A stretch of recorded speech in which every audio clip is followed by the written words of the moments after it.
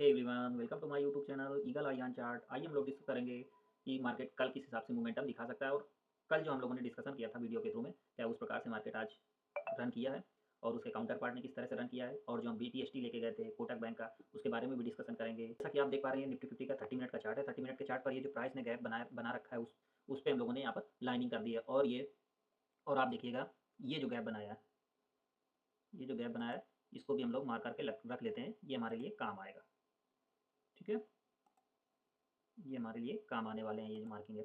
अब आप देख पा रहे हैं, निफ्टी यहाँ पर ओपन होता है, यहाँ पर निफ्टी ओपन होता है। ओपन होने के साथ जैसा कि हम लोगों ने डिस्कशन किया था कि लिटिल बिट गैप अप होगा। गैप अप होने के साथ यहाँ कहीं गैप अप होने के चांसेस है, और गैप अप होने के बाद ये अगर ये सस्टेन करता है और ये रेंज जाती है, जाने के बाद हमारा जो नेक्स्ट मूव रहेगा वो ये रहने वाला है। ये इस मूव की बात हुई थी, वहाँ से थोड़ा सा ही नीचे इसने क्लोजिंग दी है। तो अब आप देख सकते हैं कि नेक्स्ट जो निफ्टी रेजिस्टेंस फेस करेगा, निफ्टी जो नेक्स्ट रेजिस्टेंस फेस करेगा वो 23,335 के आसपास का, और 23,420 के आसपास का जो एक रेजिस्टेंस आ रहा है इसका, वो फेस करता हुआ नजर आएगा। इसके पहले अगर वो निफ्टी यहाँ पर गैप डाउन ओपन होता है, यहाँ से लगभग 70-80 पॉइंट अगर गैप डाउन होता है, तो यहाँ से हाईली चांसेस हैं कि एक बार यहाँ से ये तुरंत यहाँ पर बाइंग आती हुई आपको देखने को मिलेगी। अगर यहाँ कहीं भी ओपनिंग करता है तो एक साइडवेज मूव थोड़े समय के लिए, घंटे 2 घंटे के लिए देखने को मिल सकता है। आते हैं बैंक निफ्टी के चार्ट पर। जैसा कि आप देख पा रहे हैं, बैंक निफ्टी का डेली चार्ट है। डेली चार्ट पर ये हम लोगों ने जो पहले से लाइन ड्रा कर रखी, उसके अंदर और कल के हाई के नीचे इसने क्लोजिंग दी ऑलमोस्ट। तो अब इसको 30 मिनट के चार्ट पर देख सकते हैं। जैसा कि हम लोगों ने कल ही लाइन, ये नई लाइन यहाँ से यहाँ ड्रा की थी, और ये बोला था कि हो सकता है यहाँ पर रेजिस्टेंस फेस करे वो, और देख पा रहे हैं आपको ये लाइन, इस लाइन पर इसने यहाँ पर रेजिस्टेंस फेस किया है। और जो थोड़ा बहुत गैप अप की बात हुई थी, गैप अप भी किया, और ये गैप हमारा काम करता हुआ नजर आया। जैसा कि आप लाइन डालेंगे यहाँ से तो देखेंगे, यहाँ से यहीं पर ओपनिंग करी, फिर वहाँ से नीचे आया, नीचे आने के बाद ऊपर गया, ऊपर आने के बाद फिर यहाँ पर इसने अपने आप को एवरेज किया। और ये जो लाइन जो कल हम लोग रेजिस्टेंस की बात कर रहे थे कि ये निकालेगा तभी ऊपर जाएगा, तो वहीं पर ऑलमोस्ट वहीं पर क्लोजिंग दी है। अब आइए हम लोग आते हैं कल मूव कैसा कर सकता है, उस पर डिस्कशन कर लेते हैं। अगर ये बैंक निफ्टी, जैसा कि ये इस तरह के जो साइडवेज मूवमेंटम रहते हैं, तो इनका ये रहता है कि कम से कम यहाँ एक्यूमुलेट हुए हैं, तो यानी यहाँ पर पावर जनरेट हुई है। पावर जब एक्यूमुलेट होती है तो यहाँ पर ये एक स्ट्रांग सपोर्ट बनता हुआ धीरे धीरे नजर आएगा लिटिल बिट टाइम के लिए। तो अब जैसा कि कल मार्केट यहाँ कहीं गैप अप होता है, गैप अप होने के साथ एक झटका यहाँ मारेगा, मारने के बाद अगर बैंक निफ्टी इस रेंज को के ऊपर ओपनिंग करके थोड़ा बहुत सस्टेन करके 1 घंटे 1.5 घंटे सस्टेन करके इस रेंज को ब्रेक करता है, तो हमारा नेक्स्ट मूव हमारा लगभग 50,000, और फिर वहाँ से थोड़ी बहुत शार्ट कवरिंग आने के चांसेस बन जाएंगे, जिससे बैंक निफ्टी को 50,400 तक के लिए रास्ता आता हुआ दिखाई देगा। तो उसके पीछे के हम काउंटर पार्ट की बात कर लेते हैं।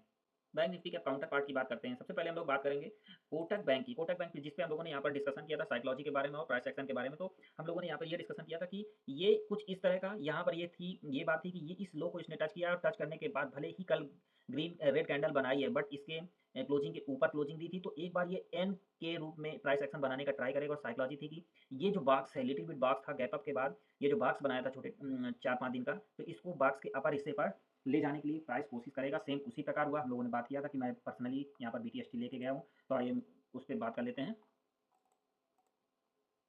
जैसा कि आप देख पा रहे हैं, ये कोटक 1900 का मैं सी यहाँ पर BTST करके गया था, और आप देख पा रहे हैं यहाँ पर 12,000 समथिंग का प्रॉफिट शो हो रहा है। यहाँ पर 2 पोजीशन हम होल्ड भी करके ले गए, LTTS है और एक और कोई काउंटर है जिसको हम होल्ड कर गए हैं। बैंक निफ्टी में हमने यहाँ पर इतना प्रॉफिट बुक किया है, और पावर ग्रिड जो भी हम लोग आपके साथ शेयर करते हैं वहाँ पर उसको लेते भी हैं। आप देख पा रहे होंगे रैमको सीमेंट 6,000 प्लस का प्रॉफिट है, और टाटा मोटर्स इस बीच में हमने आपको शेयर नहीं किया था, बट हमने लिया था पर्सनली, तो यहाँ पर आपको प्रॉफिट होता हुआ दिख रहा होगा। आइए अब हम लोग चलते हैं HDFC के चार्ट पर।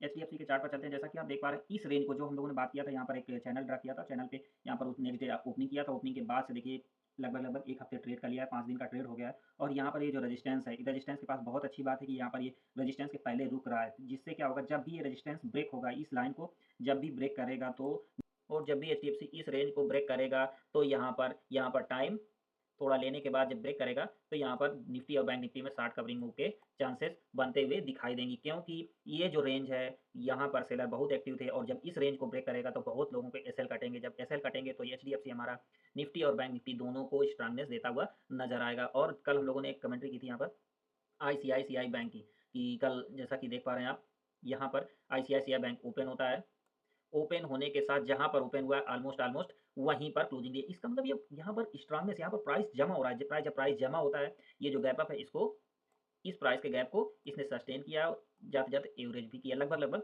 यहाँ पर। तो ये अगर ये लिटिल बिट पॉज़िटिव भी रहता है तो भी लिटिल बिट भी रहेगा यानी हल्का-फुल्का भी रहेगा तो भी हमारे लिए अच्छा साइन रहेगा। जैसा कि कोटक सबसे ज़्यादा पॉज़िटिव, इस पे कल हम लोगों ने प्राइस एक्शन और साइकोलॉजी दोनों पे बात की थी, तो कृपया आप पिछली वीडियो में जाकर के इसके बारे में देख सकते हैं। एक्सिस बैंक जैसा कि बात हुई थी यहाँ पर, ये वहीं पर होल्ड होता हुआ नज़र आया। देखिए ये रेजिस्टेंस है, नियर बाय रेजिस्टेंस है और ये।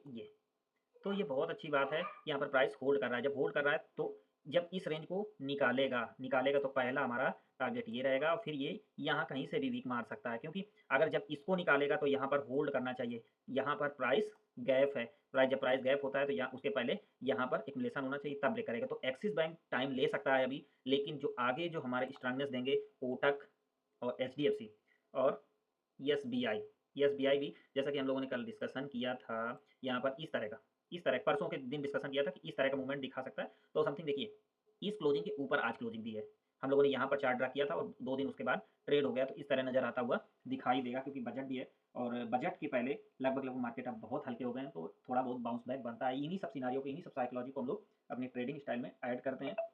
अब देख लेते हैं हैवी काउंटर पार्ट रिलायंस को। रिलायंस जैसा कि यहाँ पर इसने गैप अप किया था, उस गैप को भी फिल कर दिया है। गैप को फिल करने के साथ ये जो हमारा यहाँ पर प्राइस एक्युमुलेशन था उस रेंज के आसपास आता हुआ नज़र आ रहा है। बट ये जितना भी साइडवेज है तो दूसरे सेक्टर आ करके निफ्टी को यहाँ पर स्ट्रांगनेस दे रहे हैं। जैसा कि देख पा रहे हैं आप, एनर्जी सेक्टर कल बात हुई थी, ये भी पॉजिटिव है, ऑटो भी पॉजिटिव है और ऑलरेडी यहाँ पर सारा सेक्टर इतना डाउन हो चुका है, तो कहीं न कहीं यहाँ पर फैक्टर इन हो चुका होगा जो भी है। अब जो भी रिजल्ट आएँगे, कुछ जो भी स्क्रिप्ट के रिजल्ट आएँगे पॉजिटिव हैं, तो मे बी उनमें थोड़ा बहुत उथल-पुथल के साथ में पॉजिटिव, अगर पॉजिटिव रिजल्ट आता है तो पॉजिटिवनेस स्टॉक में देखने को मिल सकती है। ऐसे ही प्राइस एक्शन और साइकोलॉजी के बारे में डिस्कस करते रहेंगे। मिलते हैं नेक्स्ट वीडियो में। Thanks for watching.